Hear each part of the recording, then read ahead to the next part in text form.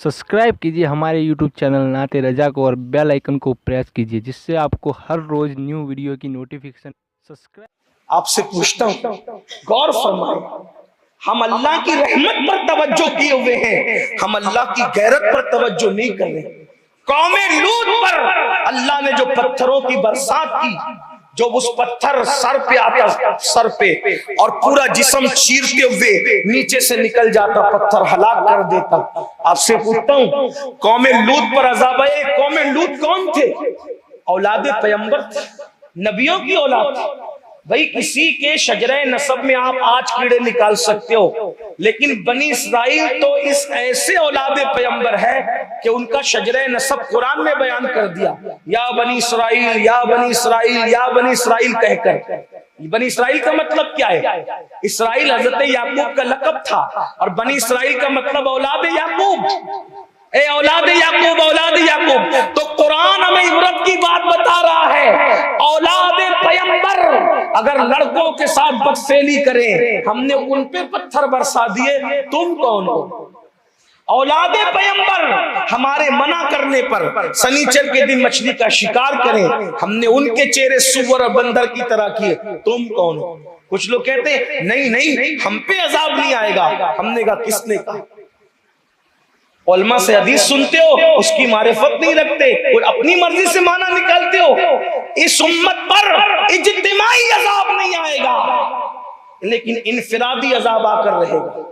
जो जैसा करतूत करेगा इनफिरादी अजाब आएगा। अजाब में मुब्तला है सब लोग अजाब में मुब्तला है। खुदा का अजाब महसूस करो। ये जो कहते हो ना मौलाना सब कुछ है, सुकून नहीं है, क्या है? अल्लाह का अजाब है। बेटियां 30-30, 35-35 साल की हो गई, अच्छे रिश्ते नहीं आते, क्या है? अल्लाह के अजाब की एक शक्ल है। घर के अंदर एक से एक नेमत है, खा नहीं सकते, अल्लाह के अजाब की एक शक्ल हो सकती है। औलाद है, दुखी देती, दुख देती है, नाफरमानी करती है, सताती है, परेशान करती है, क्या है? अल्लाह के अजाब की एक शक्ल है। कुरान कहता है वमा असाबकुम मिन मुसीबतिन फबिमा कसबत अयदीकुम, कि तुम पर जो भी मुसीबत आती है वो तुम्हारे हाथ की कमाई है, तुम्हारे अमाल है। वल्लाह दाता अली हुजवेरी रहमतुल्लाह अलैह, उनका उर्स चल रहा है। दाता साहब फरमाते बंदे अगर तू गुनाह ना करे तो तेरे कपड़े भी मैले ना हो। दाता साहब फरमाते अगर तू गुनाह ना करे तेरे कपड़े भी मैले ना हो। इंसान के कपड़े भी मैले होते हैं तो उसके गुनाह की वजह से होते हैं। और आप उस पर एक दलील खूबसूरत फरमाते हैं, कहा कि मैं अपने पीरो मुर्शिद के साथ और मेरे पीर भाई बारिश हो चुकी थी, पीछे पीछे जा रहे थे, हमारे कपड़े कीचड़ में भर गए, मुर्शिद के कपड़े पे कीचड़ का कोई असर नहीं था। हमने पूछा मुर्शिद जिस रास्ते से आप आए उसी रास्ते से हम भी आए, हमारे कपड़े भर गए कीचड़ में, आपके नहीं भरे। मुर्शिद ने मुस्कुरा के कहा जो गुनाह नहीं करता बेटा, खुदा उसके कपड़ों को भी मैला होने से बचा लेता है। जो गुनाहों के धब्बे दिल पे लगने नहीं देता, खुदा उसके कपड़ों को धब्बे से महफूज फरमा लेता है। हदीस पाक है मोमिन को कांटा भी चुभता है तो गुनाह की वजह से, मोमिन का चिराग भी बुझता है तो गुनाह की वजह से, मोमिन को ठोकर भी लगती है तो गुनाह की वजह से। क्या मतलब निकल रहा है?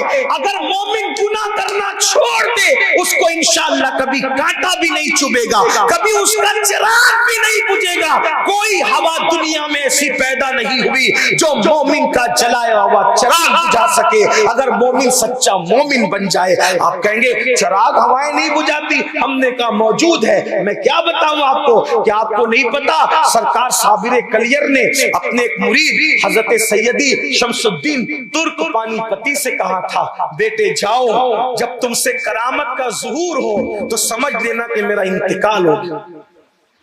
हजरत साबिर पाक का एक ही मुरीद है, एक ही खलीफा है। बड़ी दिलचस्प बात याद आ गई, एक ही मुरीद थे, एक ही खलीफा। एक बार किसी ने आगे कहा हमारे पीर साहब के तो इतने मुरीद हैं जैसे आसमान पे तारे। साबिर पाक ने मुस्कुरा के कहा तेरे पीर ने तारे बनाए, हमने तो एक ही शम्स बनाया है, और उन सारे शम्स पर, उन सारे तारों पर हमारा शम्स काफी है। तो فرمایا جس دن تجھ سے کرامت کا ظہور ہو سمجھنا کہ میرا انتقال ہو۔ بہت روئے، کہا کہ بیٹے اللہ والوں کی موت پہ رویا نہیں کرتے، جب روح کا پنچھی جسم کے پنجرے سے نکلتا ہے تو اس کی پرواز اور بڑھ جاتی ہے، طاقت اور بڑھ جاتی، فیض اور بڑھ جاتا ہے، رونا نہیں جا۔ اور اس کے بعد پھر کرامت کا کیا صدور ہوا، کرامت کا کیا ظہور ہوا، وہ گئے اور خلجی جو ہے وہ عامر کے قلعے پر حملہ کر رہا تھا، بار بار واپس آ رہا تھا، حملہ کر رہا تھا، آپ نے نوکری اختیار کر لی اور خلجی دعا کرنے لگا، اللہ یہ قلعہ فتح نہیں ہوتا کرم کر دے۔ خواب میں دکھایا گیا، اٹھ اور دیکھ تیرے لشکر میں ایک اللہ والا ہے، وہ دعا کرے تو تیرا کام بنے۔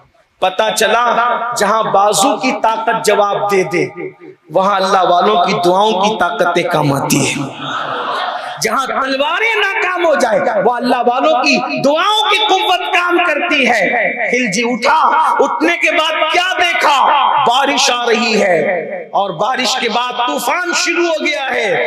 اس نے دیکھا طوفان کے اندر خیمے اڑ گئے، یہ اڑ گیا وہ اڑ گیا، لیکن اس نے ہمت کر کے اس اڑتے ہوئی آندھی اور طوفان کے ماحول کے اندر جب دیکھا تو کہ سب کچھ اڑتا ہے لیکن ایک ایسا مرد قلندر ہے جس کا چراغ آندھی بھی بجھا نہیں پا رہی ہے اور وہ اس کی روشنی میں قرآن کی تلاوت کر رہا ہے۔ گئے اور جا کر قدم پکڑا، کہا آپ ہی دعا کرے، کہا آپ کو مغالطہ ہوتا ہے، دھوکہ ہوتا ہے، میں کیا دعا کروں، دعا کرنے والے تو اور ہیں۔ تو کہا توجہ تو کریں، آندھی جس کا چراغ نہیں بجھاتی اب وہ بھی دعا نہ کرے گا تو کون دعا کرے گا۔